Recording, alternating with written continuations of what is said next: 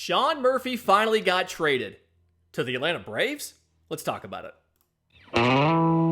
You are Locked On MLB Prospects, part of the Locked On Podcast Network, your team every day.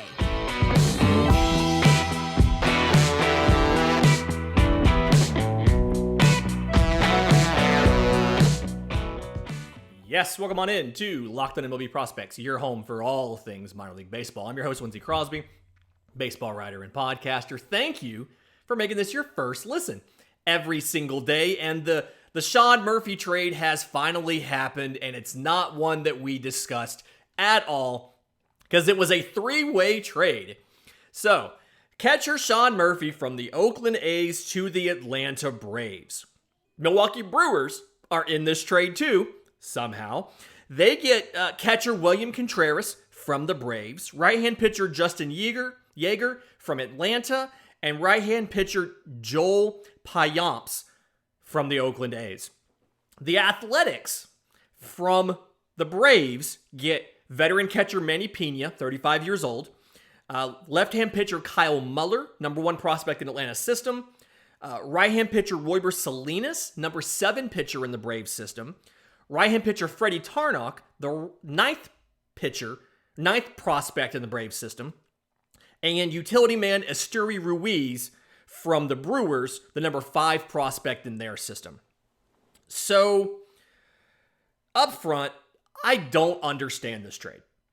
It's interesting. Okay, so the Atlanta Braves had the catching duo of Travis d'Arnaud and William Contreras.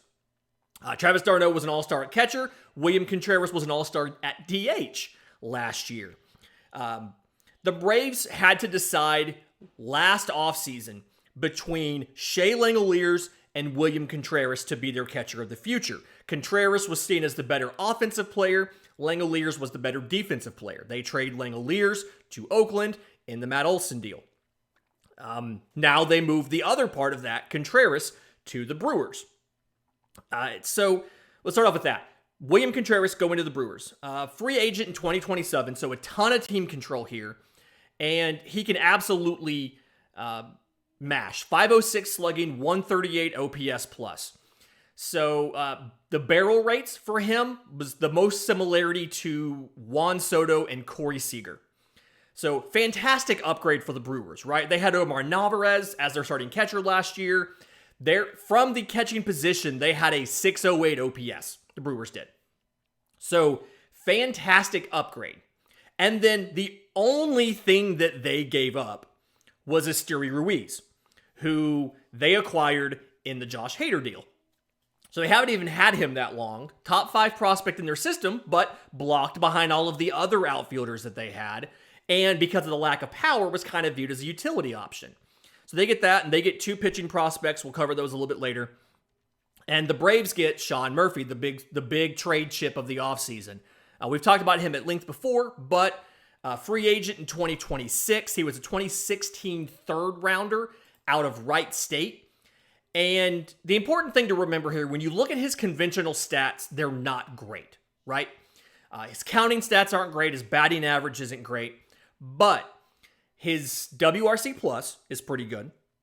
And when you have to understand the context with which he was playing. He was by far the best player on Oakland's team last year. He played in a very extremely pitcher-friendly park with a very weak lineup. It was, I've seen AAA teams I felt like were better than most of the players on the Oakland A's last year.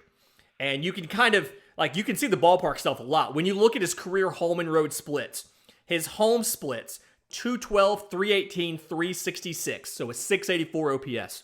His road splits, 257, 335, 485, 820 OPS. So almost 140 points in OPS better away from Oakland Stadium. Well, the Atlanta Braves, it's the 10th best park for hitters in all of baseball. It's going to be a much better lineup. You're in the same lineup as Matt Olson and Austin Riley and Ronald Acuna and Michael Harris and Ozzie Albies. Plenty of star power there. So, plenty of that. Alex Anthopoulos said the plan is for these guys to split the catching duties and give both of them plenty of DH time. But the reason Alex Anthopoulos said the Braves made this deal is because they liked William Contreras. They didn't love William Contreras' defense. His arm is average, but he's a below average framer, and his defense is fringe to average. You can see a very similar aging curve when you look at his brother. His brother just signed in St. Louis as a free agent, and there's already talk about they need to make sure they have a defensive-oriented catcher as well because he's not very strong defensively. And, his production, William Contreras' production is fantastic. 278, 354, 506 last year. 20 home runs, 35 extra base hits, 39 walks to 104 strikeouts in 97 games. Great production, but again, they don't love the defense, and they only have Travis d'Arnaud for 2 seasons, I think, or 1 season. And so they want to make sure that they have a reliable veteran behind it. And the thing here, like Sean Murphy, elite pop time, the ability to catch runners, you're going to have a more stolen base friendly environment when you, 1, eliminate the shift, and 2, you have some of the rules, pickoffs, things like that. The Braves allowed 82 stolen bases last year. They threw out 22 guys, so a 21% caught stealing rate. Sean Murphy allowed 42 stolen bases, had 19 caught stealing, so a 31% success rate. So you got rid of a bad defender, you brought in a good defender, and offensively, the Braves feel that Sean Murphy can be just as good of a hitter in that environment with that lineup around him that William Contreras was. Obviously, you lose a year of team control. You only have Murphy through 26 versus 27, but it's the Atlanta Braves. In a day, they'll probably announce some ridiculous, 6 years, $100 million extension for Sean Murphy, and he'll never have to work, and he'll be set for life, and the Braves will have another dude locked in for half a decade. Just kind of how Braves seem to do this stuff. And so it's just, the Brewers made out fantastically in this deal. They gave up one guy who was blocked and had questions about his ceiling anyway because he didn't have the power for an all-star, albeit a DH, an all-star catcher, and 2 relief prospects. The Braves made out really well because they got a great catcher. Now, they still didn't address the shortstop question, which is, does you re-sign Dansby Swanson? Do you think Vaughn Grissom is ready to take short? And you still haven't figured out left field. You've got Eddie Rosario out there. You still owe a bunch of money to Marcelo Zuna. You didn't get back Willy Adames from the Brewers. You didn't even take on the Christian Yelich deal to have the outfielder.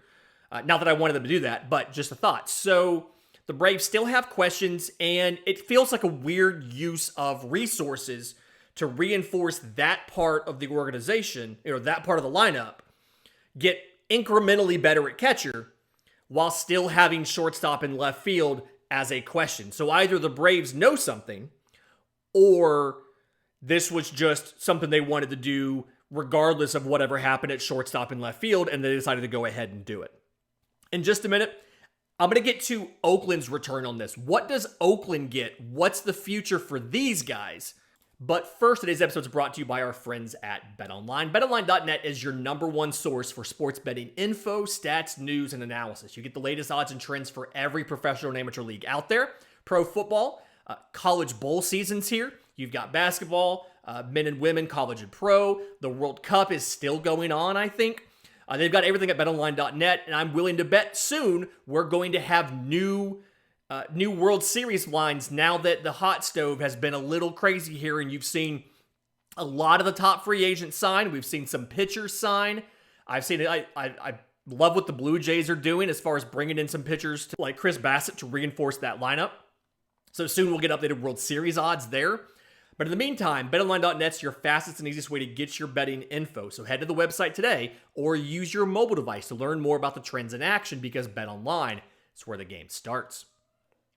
Okay, so the return here for the Oakland A's is 4 top 10 prospects and veteran catcher Manny Pina.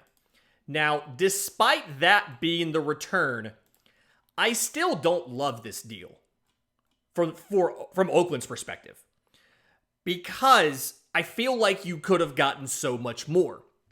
And yes, I know you need a I know you need starting pitchers.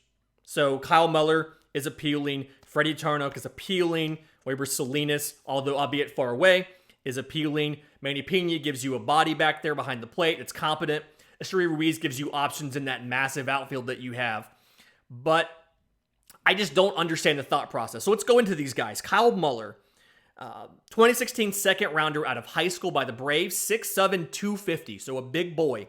And with his size, being a big boy, he's got big tools. That fastball sits 95 or so. Remember, he's a lefty, so that's pretty good. It can touch 98. It is a plus pitch. It has a lot of, it gets a lot of extension because he's 6'7", so it plays up a little bit off of that velo. He throws it for strikes a ton, greater than 70% strike percentage. So he just hammers the zone with that thing. He trusts it, and it works. For the most part, in the minors, it has worked. Slider's a pretty hard slider. Sits around 87 or so. He's got an above average curveball, and the way that he uses these, the idea for Kyle Muller is the slider. It's a bit of a gyro slider, but he throws it intending it to get strikes. Really hard pitch. One of the 25 hardest lefty sliders that I think right now in baseball. Guys that have appeared in the majors last year. It's a plus pitch, and he had good results with it. So primarily with those two pitches, he has a curveball. It's an above average pitch. It's a vertical breaker. He uses it to get chase out of the zone. And then he's got a changeup that's exclusively against righties.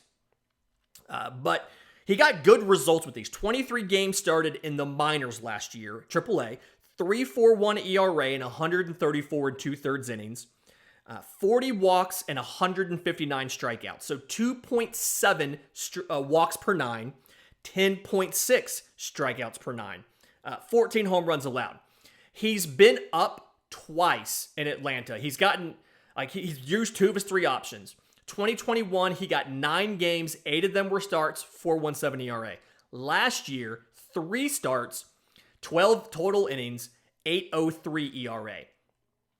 I'm a little nervous about him going to Oakland simply because it feels like trading for a pitcher from the Braves hasn't worked since the Adam Wainwright trade. Trading for a Braves pitcher never goes well for the team that got the pitcher. I'm thinking about the Shelby Miller deal, where the Braves get Dansby Swanson and Ender Inciarte. It's just every move I feel like where the Braves send a pitcher out, they know better than a lot of other teams how these pitchers develop, and I feel like they've identified this guy's not going to work out before other teams do. So I don't know if there's anything wrong with Kyle Muller.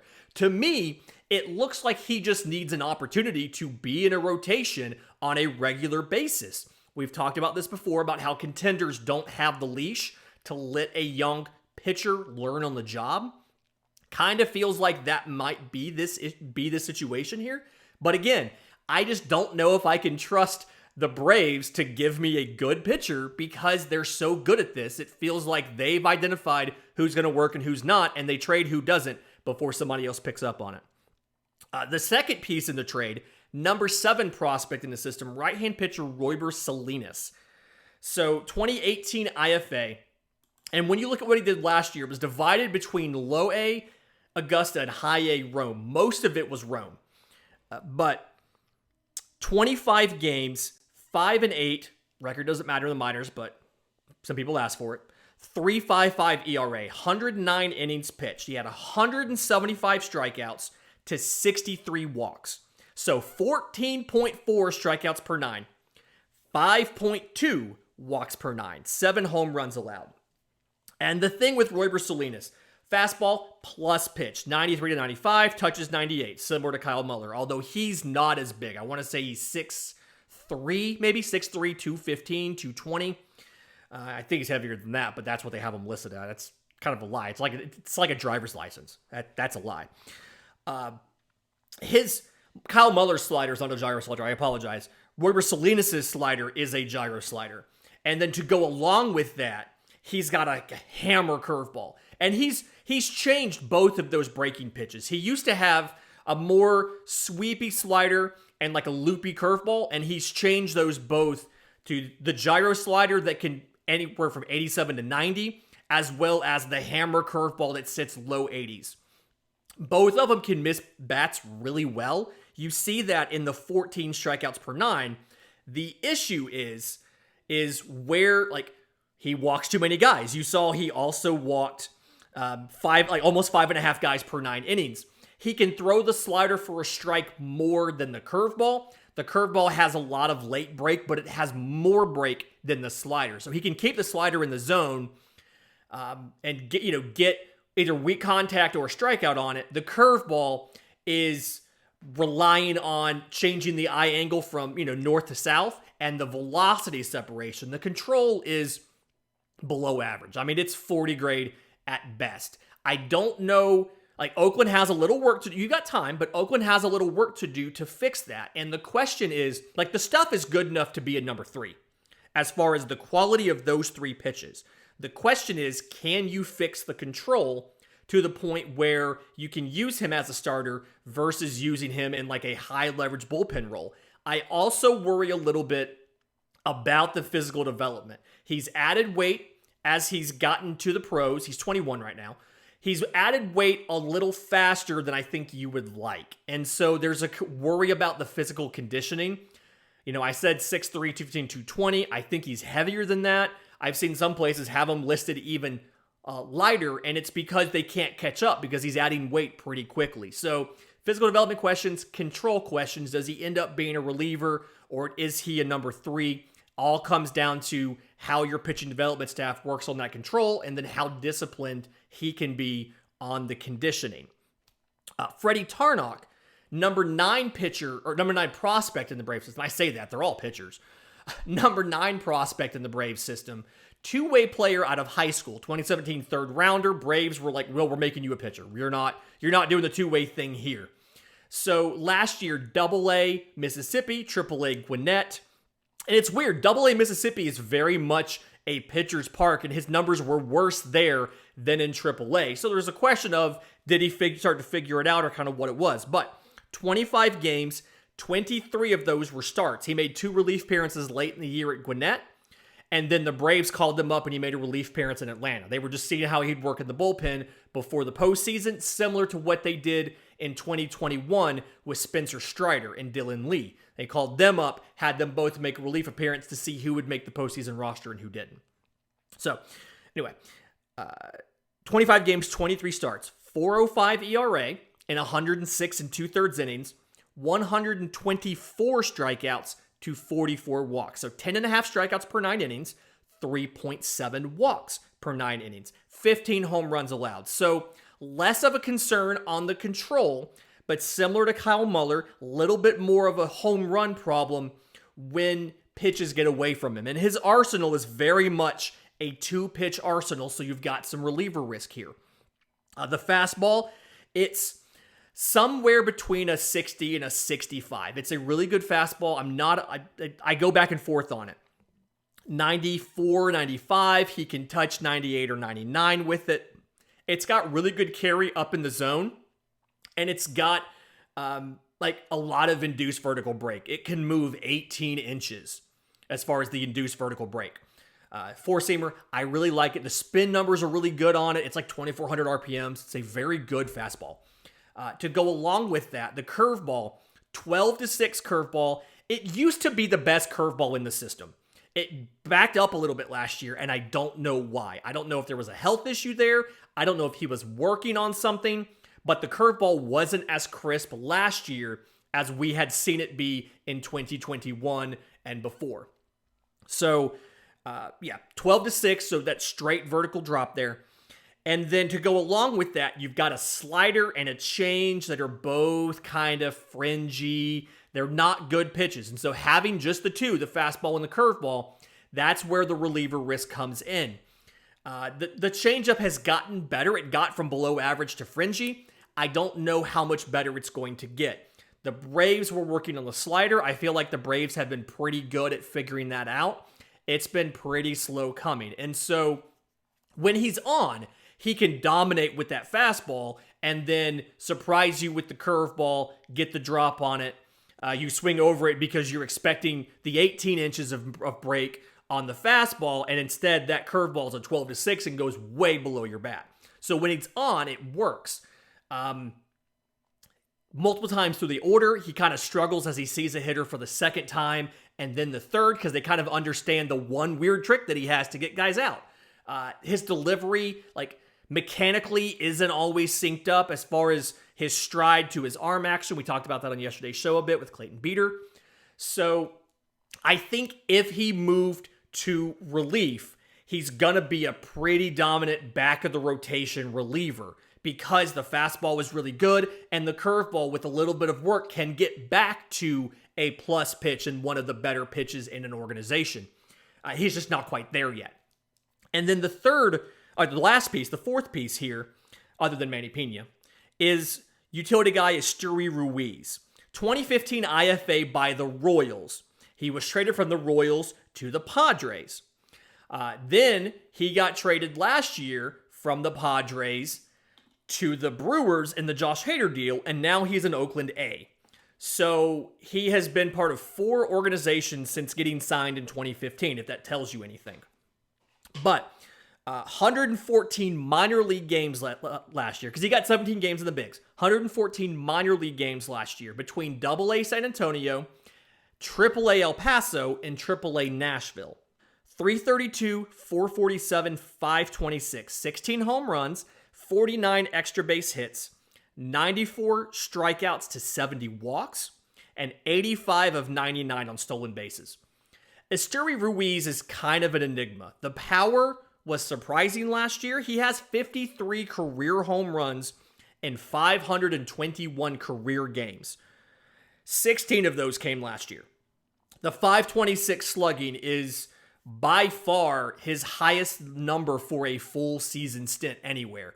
The best he had done outside of rookie ball was a 411 in San Antonio.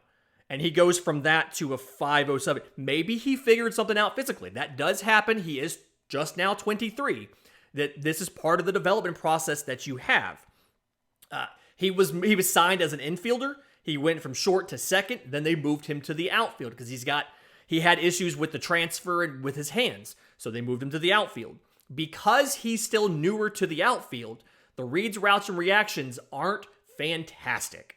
I think he can get fringe to average defensively. Just give him some more time. He's a very instinctual baseball player.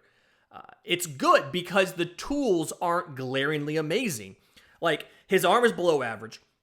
His speed is only average. The fact that he was 85 of 99 on stolen bases is because the instincts are very, very good. He's a very savvy, intelligent baseball player. He very much is one of those greater than the sum of his parts kind of things. If you told me in a decade that Esteury Ruiz was still playing and had a career, I wouldn't be surprised. If you told me in 3 years that Esteury Ruiz was out of baseball completely, I wouldn't be surprised. And so the question is, does Oakland think they can develop him offensively at the plate, the power production and the consistency to get him to where he can contribute at the big league level? That's the big question. In just a minute, I want to go over what the Brewers got in this deal right here on Locked on MLB Prospects. And we're back. So we're talking about the Sean Murphy trade between the Braves, the Brewers, and the Oakland A's. And again, I'll reiterate this on the Brewers. I don't know why the Brewers were in this trade. Justin Yeager was the pitcher that went from the Braves to the Brewers. Joel Payamps was the reliever that went from the A's to the Brewers. And then William Contreras went from the Braves to the Brewers, while the Brewers gave up Esteury Ruiz and nothing else. So the Brewers are the winners of this trade because they gave up one utility guy that was blocked, that had a cap on his power. I mean, his average exit velo was like 85 miles an hour in the minors, which would put him one of the lowest in the entire big leagues. The profile, like the offensive comparisons, when you look at him, if you take his stats, his peripherals to the MLB level is like a slower Billy Hamilton. Like, that's the peripherals you get. Again, you have to fix the contact to make it work. But you get William Contreras, and then you get 2 pitchers. Justin Yeager, he's been a reliever ever since college. 2019 33rd rounder out of Southern Illinois. He had really good strikeout rate in the Brave system, like 37%. Has 2+ pitches, has a fastball, sits mid-90s. For a righty, the velocity's fine. Really good carry up in the zone. He has a slider, sits high 80s, low 90s, like 88 to 90, maybe 91. Really short, kind of late bite to it. So it's a profile of two pitches that do the same kind of stuff, but the fastball is faster, doesn't break as much as the slider does. Slider's a tick slower, has a tick more movement to it, but it's all late move. Both of them can miss bats pretty well, but you've got to work on the control. Not quite where you can trust him to come in late in a game and keep runners off of base. If I had to put him in a top 30, like for the Braves, he'd have been in there, but probably towards the bottom. He wasn't protected in the Rule 5 draft last week, and he wasn't picked. The other part, Joel Payamps, this is his 6th organization in 2 years. 78 appearances in the big leagues over the last 2 years, 3.35 ERA and 113 innings. He looked better last year. He's kind of given up on the 4-seam fastball. He swapped to a 2-seam fastball. He leads with the slider, and so the 2-seamer and the slider means he got about 53% ground balls last year, which was up 20% from his previous time in the big leagues. He's got a changeup he can throw. He does still have the 4-seamer, so I feel like he can slot into middle relief for the Brewers right now. So that is a piece you make your big league team better right now. Justin Yeager is a piece that you can probably float for the entire season in the minors if you don't need him. Add him to your 40-man next year if he does well, or use him out of the bullpen later this year. That's perfectly fine if you can work on the control a bit. And then obviously you've got Contreras in your system for a couple years. I mean, all fields power, he's going to do well. So the Brewers won this. The Oakland A's completely lost this. And I think one of the best descriptions that I saw of this trade, and this was from @Can'tGuardJake on Twitter, was Milwaukee showed up to this cookout, had 2 steaks, made a to-go plate, and all they brought was a bag of napkins. The Braves got a steak too, but they brought a respectable side dish. The A's paid for all the steaks and got a flat tire on the way. I don't understand this trade. I don't understand this trade from the A's perspective. I don't understand this why the Brewers were in this trade, but the Brewers made out like bandits. The Braves got a marginal upgrade at catcher. The Oakland A's did not get appreciably better at this. Great week this week. If you have questions for the show, I'm on Twitter at Crosby Baseball. Show's on Twitter at Locked On Farm, or you can email us, lockedonmlbprospects@gmail.com. Until tomorrow's show, this has been Locked On MLB Prospects.